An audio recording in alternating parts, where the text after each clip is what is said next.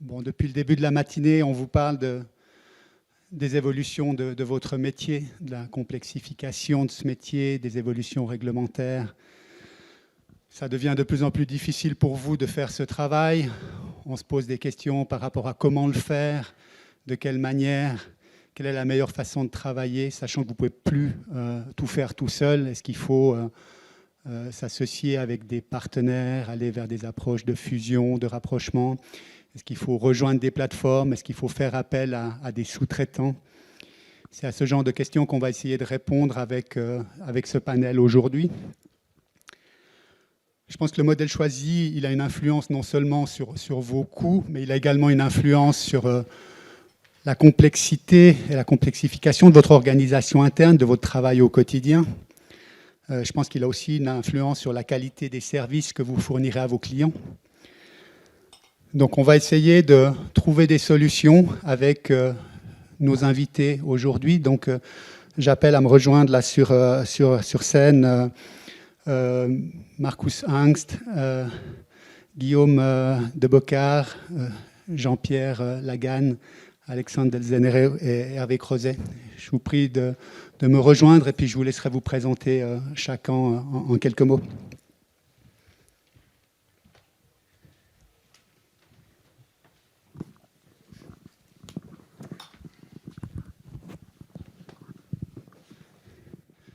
On va peut-être commencer par tout au bout là-bas avec Guillaume de Bocard.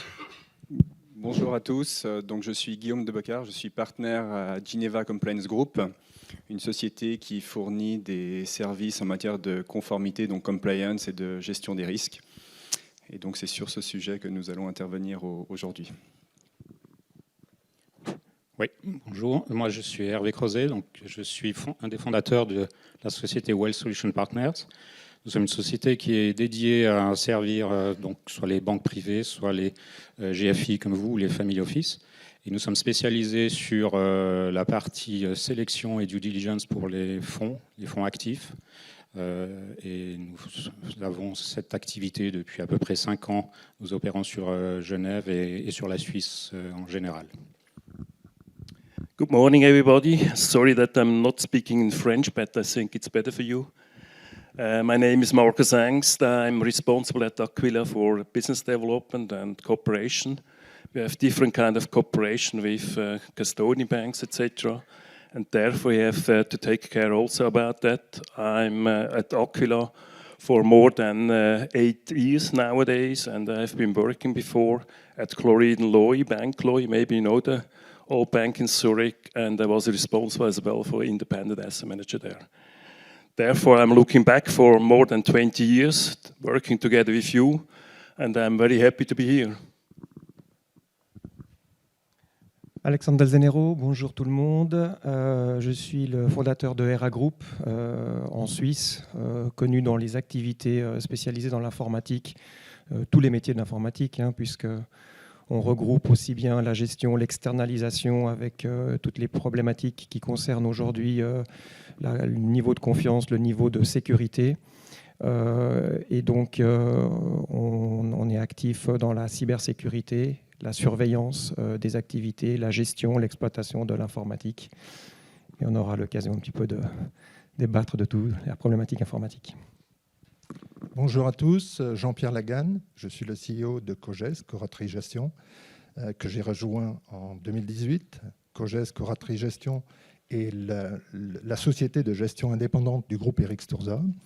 J'ai rejoint la structure suite à la fusion avec la société que j'avais créée en 2009. Je rappelle que beaucoup d'entre vous, on se connaît puisque de toute façon, j'ai travaillé dans le monde des gérants indépendants depuis 1995. Voilà, j'espère que je pourrai apporter un regard objectif et indépendant par rapport à la question essentielle de l'écosystème futur sur lequel je n'ai pas toutes les solutions. J'ai quelques pistes de réflexion simplement. Merci. Voilà, donc vous constatez qu'on a un panel très diversifié avec des représentants côté fournisseur, mais aussi un représentant côté client. Donc on va pouvoir avoir les différents points de vue et avec des fournisseurs dans des domaines très, très variés. Mais tout d'abord, une question peut-être aux clients, justement. Donc, Jean-Pierre, vous avez fait le choix de sous-traiter un grand nombre de fonctions dans votre structure, et ce, depuis déjà un certain temps. Donc, vous étiez précurseur quelque part dans cette approche. Pourquoi une telle approche ? Alors, comme vous l'avez dit, historiquement, COGES a décidé d'externaliser un maximum de fonctions. C'est le cas de l'informatique, c'est le cas du système PMS, c'est le cas du compliance, du juridique, de la comptabilité et du reporting. Alors, votre question est tout à fait essentielle, c'est que chez COGES, nous souhaitons mobiliser nos moyens sur notre cœur de métier. Ça, c'est le premier élément clé. Nous sommes convaincus, je suis personnellement convaincu de l'importance de la maîtrise des expertises au service des clients, à savoir gestion de la relation client, chacun de nous le fait, mais la gestion devient de plus en plus technique. Ensuite, nous avons la partie family office qui a été évoquée ce matin. J'ai pris beaucoup de plaisir à entendre mes collègues par rapport à un sujet que je débroussaille depuis 2009. Et plus récemment, sur la question de la prévoyance. Ça concerne les expertises à maîtriser. Maintenant, je voudrais dire une chose qui me paraît essentielle. C'est que les fonctions que nous externalisons deviennent de plus en plus techniques. Tous nos métiers deviennent des métiers d'expertise. Et je veux dire par là que quelque part, qu'on parle d'informatique, ou qu'on parle de compliance, ou qu'on parle d'activités transfrontalières, nous avons besoin d'une couche de conseils supplémentaires pour faire juste ou le moins faux possible. Je veux dire par là que qu'on ne se méprenne pas. Quand on n'externalise pas, on ne lâche pas la fonction. On doit toujours être capable de la coordonner en interne. Par contre, on s'adjoint l'expertise de sociétés dédiées pour cela. Et le sujet de l'activité transfrontalière en est un exemple, si je puis me permettre. Chacun de nous connaît le succès d'une certaine société qui s'est spécialisée dans ce domaine. C'est difficile que d'implémenter tous ces savoir-faire des limites et contraintes de l'activité transfrontalière. Qu'est-ce qu'on a le droit de faire ? Dernier point, c'est l'externalisation. C'est un moyen de flexibilité. C'est la capacité d'aller chercher la bonne expertise au bon moment dans la flexibilité d'écoute. Voilà les raisons qui ont présidé au choix de l'externalisation d'un maximum de fonctions chez COGES. Voilà. La capacité d'aller chercher l'expertise au bon endroit, donc on a le sentiment que vous avez une approche d'externalisation un peu sur mesure et au cas par cas. D'un autre côté, on voit des exemples d'offres d'outsourcing qui sont plus complètes. Si on prend l'exemple d'Aquila, justement, Aquila, Marcus, you have a global approach, and this global approach seems to seduce many external asset managers since you already have about 80 customers on your platform. What do you think? What are the reasons for such a success? First of all, thank you very much for the flowers for the 80. No, the reason, the purpose is that Aquila was founded 20 years ago. And the reason, without you, I think Aquila wouldn't exist. Or that's the reason. That's one of them. The other reason is that in this time we wanted to give you a service platform where you are fully independent, really fully independent. You run your own business, but you can concentrate fully on what you would like to do. And that's client and market. And Aquila will take the rest. That means administration. And administration is growing during the last years. It's growing, not the reason is that we would like to do that. This is also regarding the regulation. And there is a time-consuming, also legal and compliance is very time-consuming. And what we see at the moment is that our holistic approach with an all-in service, that you have just one interface to Aquila and not to another company. And we take care about you every time. And I think also during the last 20 years, we could build up a quite nice track record.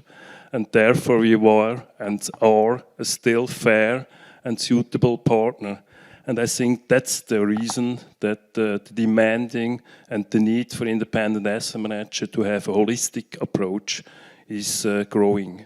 But Jean-Pierre was saying that we need to have specialists in each category of services. Isn't it difficult to find all these specialists in the same structure?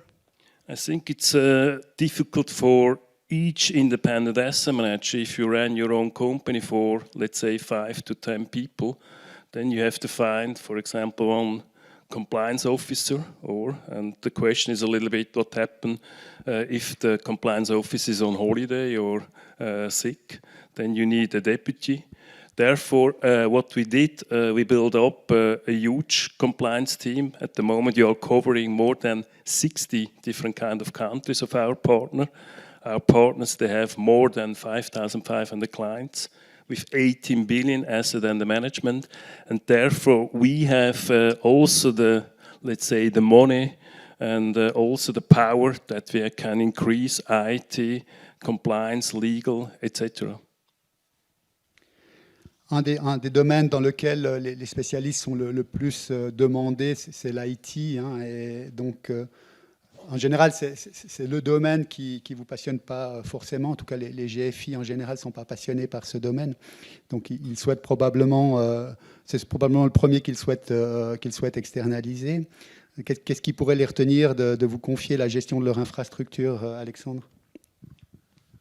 Bon, je pense aujourd'hui le problème, effectivement, comme l'a souligné Jean-Pierre, c'est la spécialisation, l'expertise.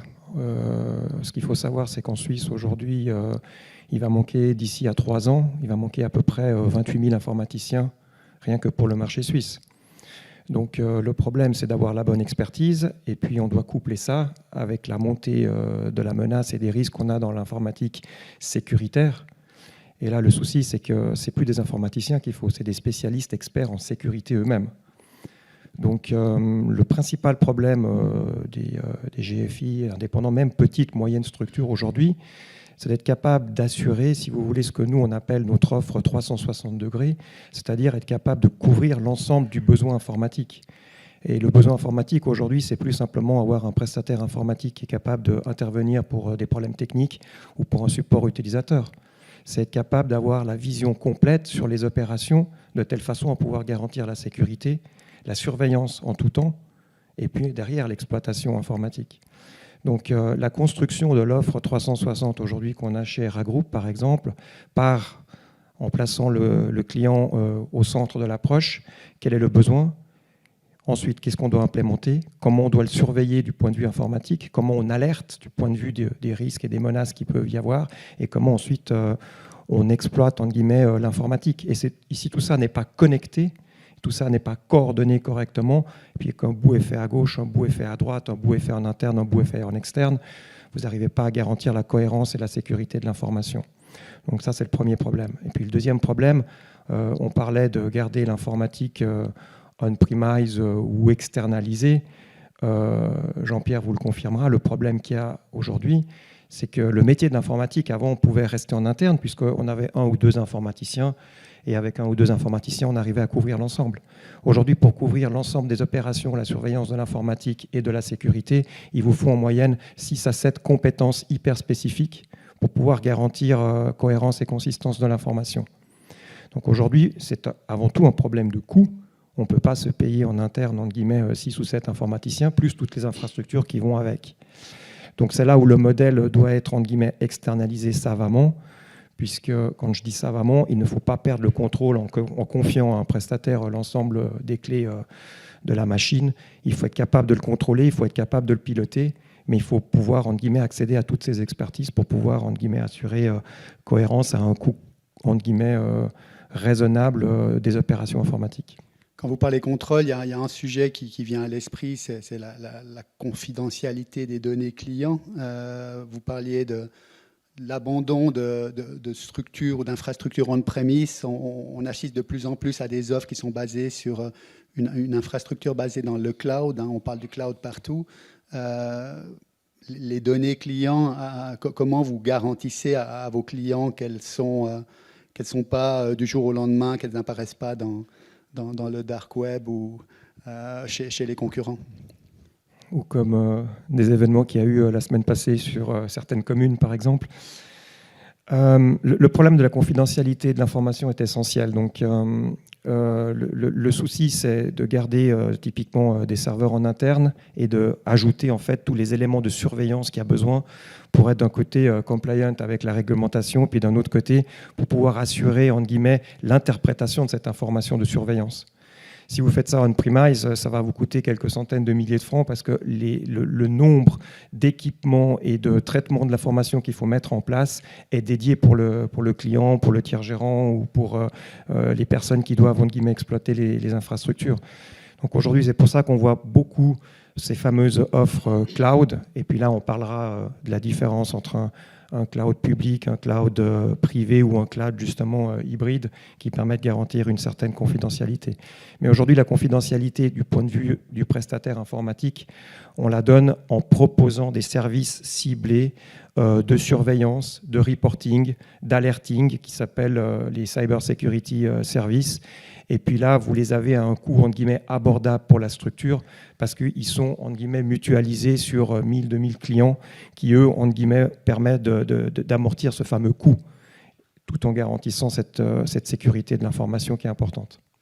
On reviendra sur ces aspects de coût un peu plus tard, mais sur le côté confidentialité des données clients, un des autres domaines où c'est important, c'est la compliance, c'est tous les services autour des contrôles et de la conformité. Là, Guillaume, vous avez une offre qui s'adresse aux GFI de petite taille.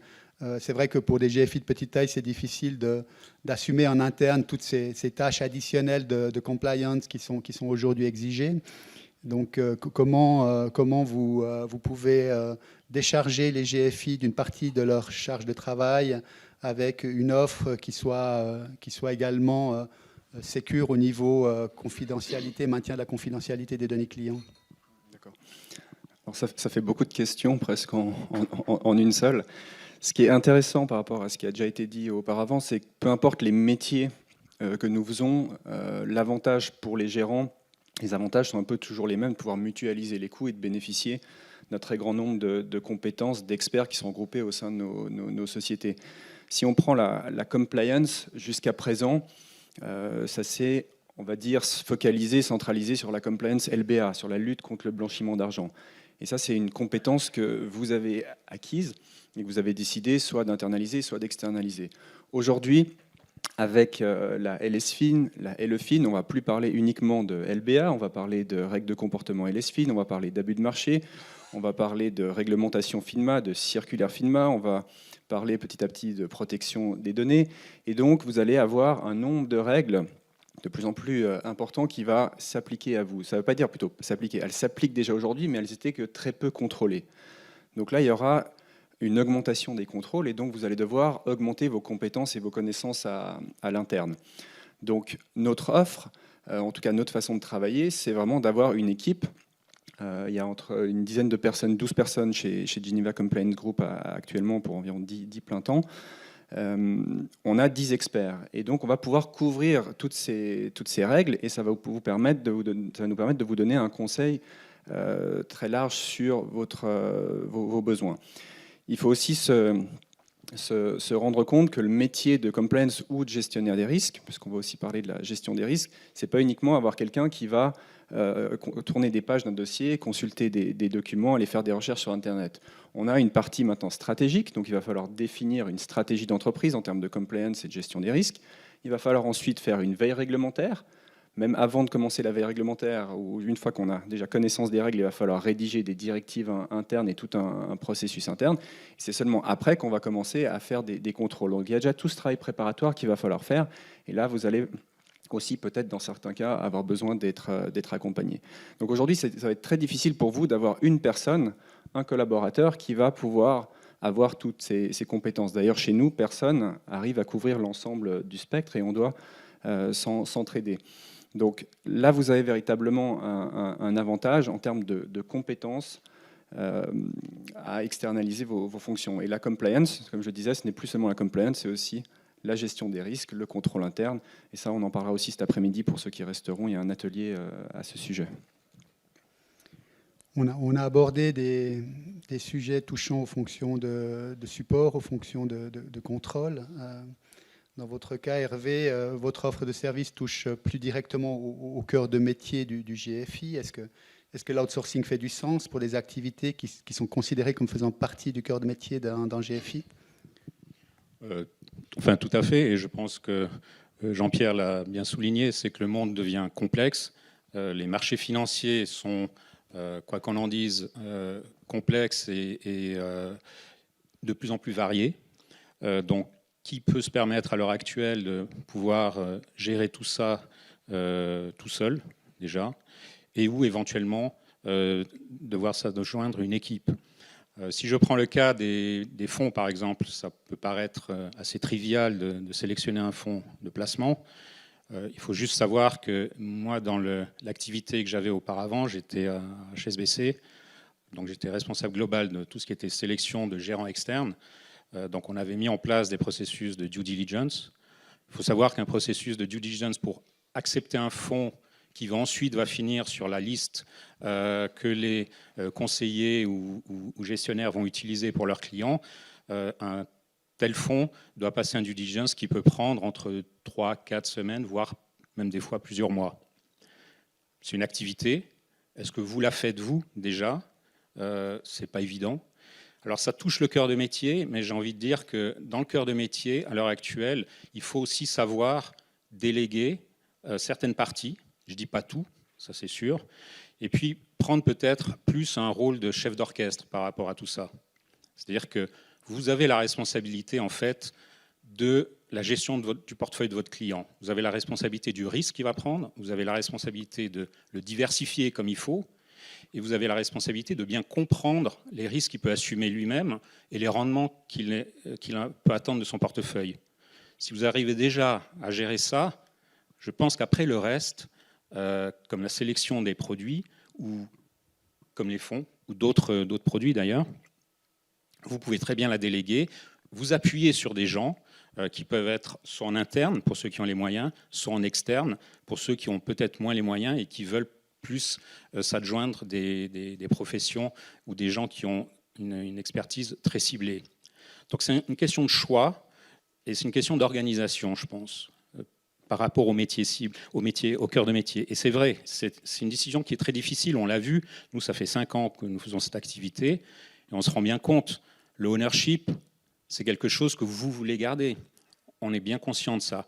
Il faut plus voir dans ces cas-là l'outsourcing comme étant créer un partnership et un sparring partner avec lequel vous allez discuter de l'activité, du choix que vous allez faire. Si vous voulez choisir un gérant sur le marché action européenne, il faut entamer le dialogue avec la personne qui va vous le proposer, nous par exemple, et on va dialoguer là-dessus, de savoir quel type de gérant vous cherchez, pourquoi, pour quelles raisons et pour quel type de risque que vous voulez prendre avec ce gérant. Donc ça, c'est un dialogue qui doit se faire en sparring partner. Ce n'est pas uniquement, nous, on va arriver, on va vous poser une liste et puis débrouillez-vous. Ce n'est pas vraiment le cas. Je pense que c'est une notion qu'il faut vraiment intégrer et c'est difficile. C'est vrai que quand on touche au cœur de métier, c'est difficile parce que vous devez en fait prendre un rôle qui est plus de gérer, mais d'organisateur. C'est-à-dire que vous devez avoir un rôle beaucoup plus, je dirais, organisateur. Et ça, pour certains, c'est vrai que ça peut être un gros changement. Un des éléments qui inquiète beaucoup les GFI quand on parle d'outsourcing, c'est les aspects coûts. Donc c'est souvent ce qui les retient et ce qui leur fait préférer une solution interne plutôt que de s'adresser à des spécialistes qui peuvent être considérés peut-être comme trop coûteux. Typiquement dans le domaine de la compliance, tous ces contrôles compliance, ils sont difficilement automatisables, donc ils sont consommatrices de ressources humaines. Et donc en quoi votre intervention peut-elle réduire les coûts induits pour le GFI, Guillaume ?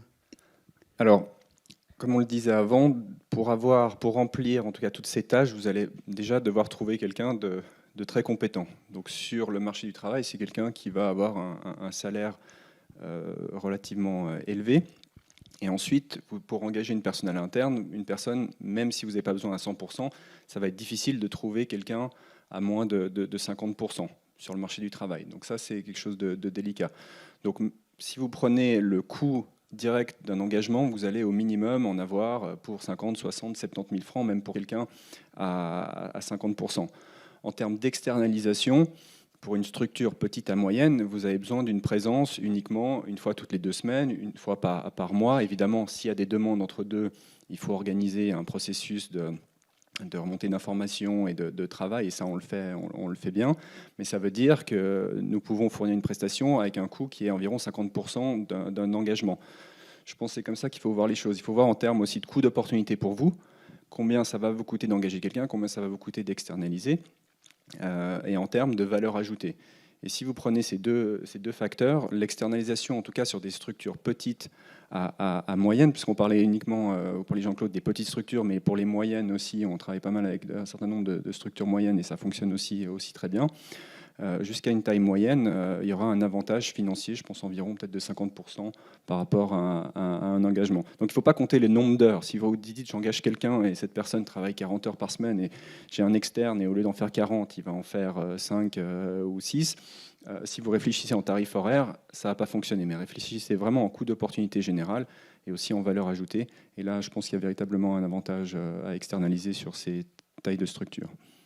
L'autre élément au-delà du coût qui peut freiner aussi dans le choix d'un prestataire externe, c'est la pérennité de ces structures. Donc, et souvent, typiquement dans le domaine de l'IT, il y a des changements très fréquents. Et donc, le GFI peut soudainement se retrouver sans fournisseur. Comment peut-on adresser ce risque, Alexandre ?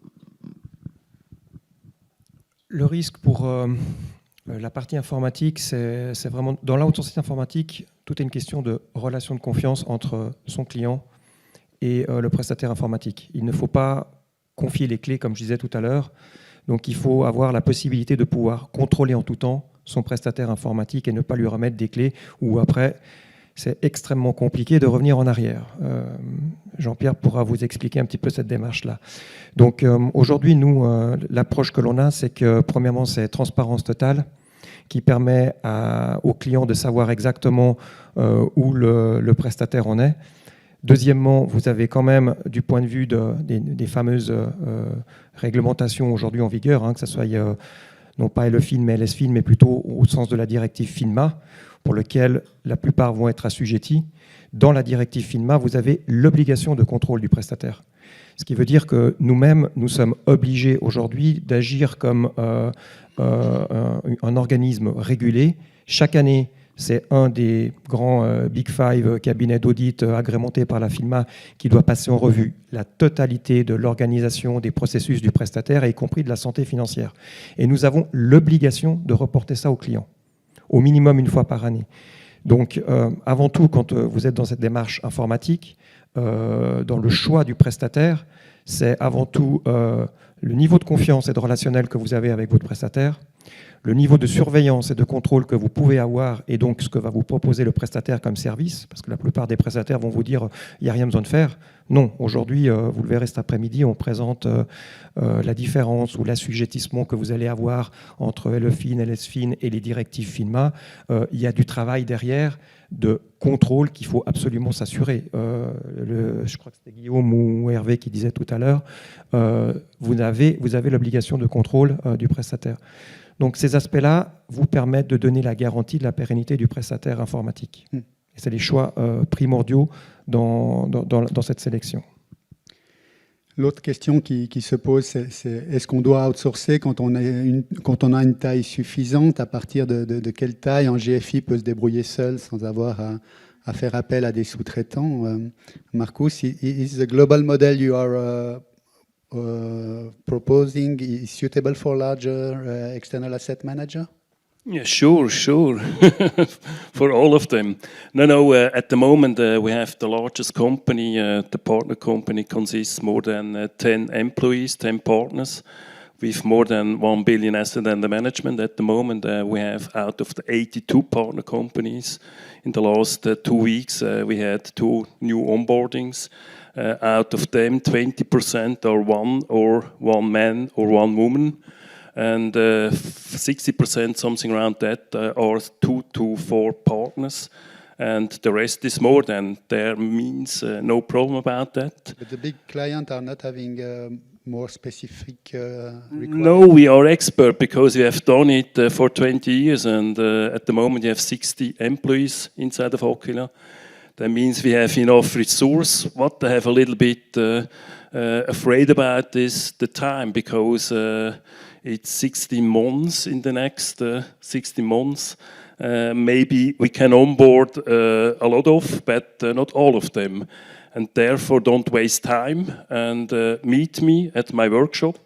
Maybe you know, I have a workshop this afternoon at 20 to 3, and then let's discuss a little bit in detail. Thank you. J'aurais encore beaucoup de questions à poser à nos invités, mais comme je vois qu'il reste plus que 5 minutes, j'aimerais aussi qu'on puisse proposer au public de s'exprimer sur le sujet. Je ne sais pas si certains d'entre vous font déjà appel à de la sous-traitance, ou s'ils ne le font pas, pourquoi? Est-ce que vous avez des questions? Est-ce que vous avez des commentaires à apporter?